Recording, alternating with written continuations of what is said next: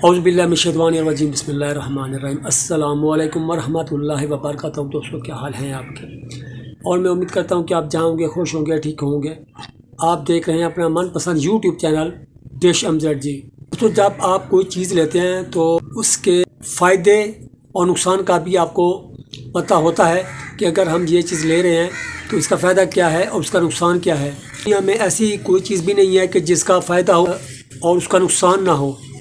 मिसाल के तौर पर मैं छोटी सी आपको एक मिसाल देता हूँ। अपने घर में बिजली यूज़ करते हैं, ये तो नॉर्मली बात है। अगर आप उसका इस्तेमाल सही करेंगे तो आपको कभी भी कुछ भी नहीं होगा, और अगर आप उसके शू में जानकर हाथ देंगे या उसकी तार को पकड़ेंगे तो आपके साथ क्या होगा, फिर आपको करंट लगेगा।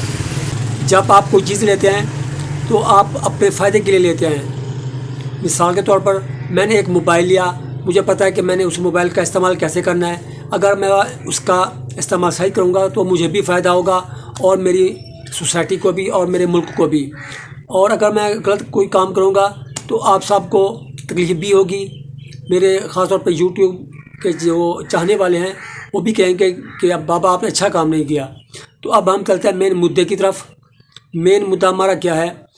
आप सब लोगों की बार बार मुझे यही फरमाइश भी आ रही है और मैसेज भी आ रहे हैं कि प्लीज़ आप हमें बताएं कि ये जो GT मीडिया के BT03 फाइंडर और BT05 फाइंडर, इनका एक मसला आता है आम मोबाइल के ऊपर, तो उसका हम कैसे सॉल्व करें, उसका हल कैसे निकालें।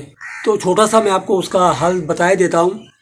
असल में बात यह है कि जो ज़्यादातर छोटी डिवाइसेस हैं उनमें ये थोड़ा आपको तंग करता है, उसमें आपको सिग्नल सही तरह से या उसके साथ ये कनेक्ट सही नहीं होता। जबकि दूसरी जो थोड़ी महंगे वाली डिवाइसेस हैं उनमें ये जल्द जल्द कनेक्ट भी हो जाता है और आप अपनी मतलूबा सेटेलाइट तक पहुंच भी जाते हैं और सिग्नल भी आपको मिल जाता है। मेरे पास 2 मोबाइल्स हैं, मैं उनका आपको रिव्यू भी बता देता हूं। वो ये है कि सैमसंग का मोबाइल है, उसके ऊपर ये बिल्कुल कनेक्ट नहीं होता। इस फाइंडर की मैं बात कर रहा हूँ बगैर बैटरी वाले की। और जबकि मेरे पास रेडमी का Xiaomi S2 है, पुराने वाला, उसके ऊपर ये भाग कर कनेक्ट भी हो जाता है और कोई मसला भी क्रिएट नहीं करता।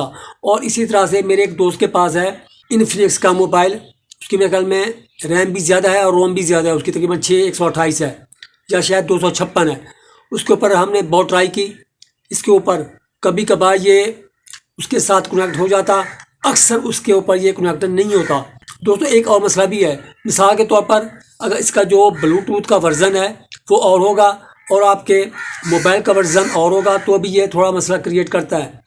इसी तरह से मेरे पास जो रेडमी का S2 है उसका और इसका ब्लूटूथ वर्ज़न एक ही है, जिसकी वजह से मेरे पास मसला कम आता है।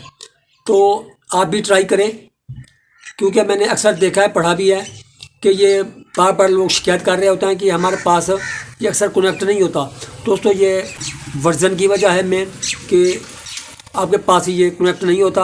आप अपने मोबाइल का ब्लूटूथ जो होता है उसका वर्ज़न और इसका वर्ज़न मिलाने की जब कोशिश करेंगे तो मेरे हिसाब से आपको कोई मुश्किल पेश नहीं आएगी और आप अपने मुतल्लिका रिज़ल्ट तक पहुंच सकेंगे। बराए काम मेरी वीडियो को लाइक, शेयर और सब्सक्राइब करना ना भूला करें, और इसके साथ ही हमें अच्छी आरा से भी आप नवाजें ताकि मैं आप तक अच्छी वीडियो भेज सकूं। शुक्रिया।